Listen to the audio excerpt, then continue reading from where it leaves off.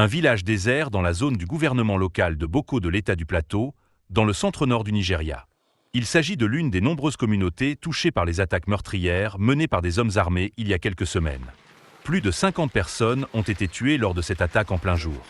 Les maisons ont été incendiées et les banques alimentaires entièrement pillées. La plupart des morts ont été enterrés dans cette fosse commune.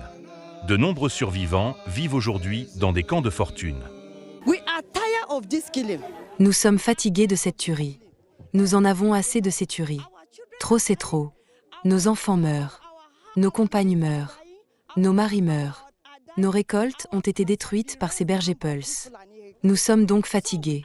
Assez, c'est assez. À Benue, un autre état du centre-nord, l'histoire n'est pas différente.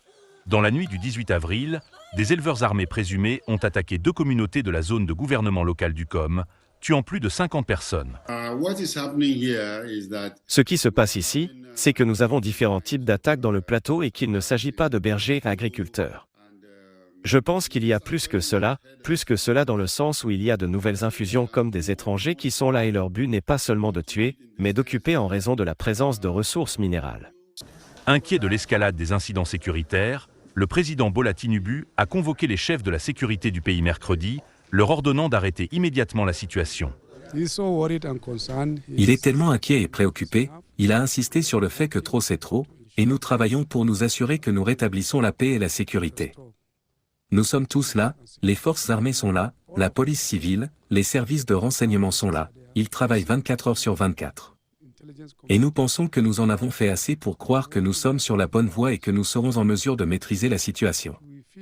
Nous obtenons la coopération, comme je l'ai dit, des dirigeants au niveau de l'État et de tout le monde. Nous sommes donc en bonne voie. Nous ne sommes pas encore sûrs à 100% que tout est sécurisé, mais nous y allons. Les récentes attaques surviennent après une période de paix relative dans les zones touchées. Mais l'ampleur des dernières attaques et le nombre de victimes causent beaucoup d'inquiétudes dans le pays. Les agences de sécurité affirment cependant qu'elles maîtrisent la situation. Nous sommes sur la bonne voie, nous sommes dans la bonne direction, et nous ne relâcherons pas, nous ne nous assiérons pas, nous ne nous arrêterons pas jusqu'à ce que nous soyons en mesure d'obtenir des résultats. Cela s'est passé à Borno, dans l'état de Borno, n'est-ce pas?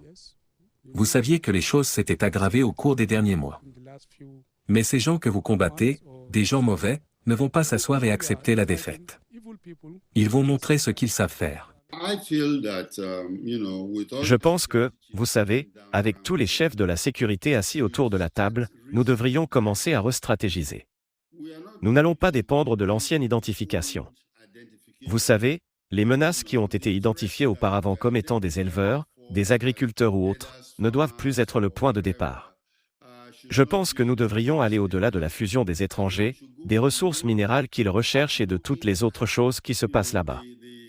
Et les replacer dans leur contexte, parce que nous ne pouvons pas continuer à laisser ces choses se produire. La vie des Nigérians est importante. Les agences de sécurité nigérianes sont actuellement à bout de souffle, menant des opérations de sécurité dans tout le pays. Mais le gouvernement se dit plus que déterminé à ramener la paix dans les régions troublées du pays. La question de savoir combien de temps il faudra pour ramener la paix est une toute autre question.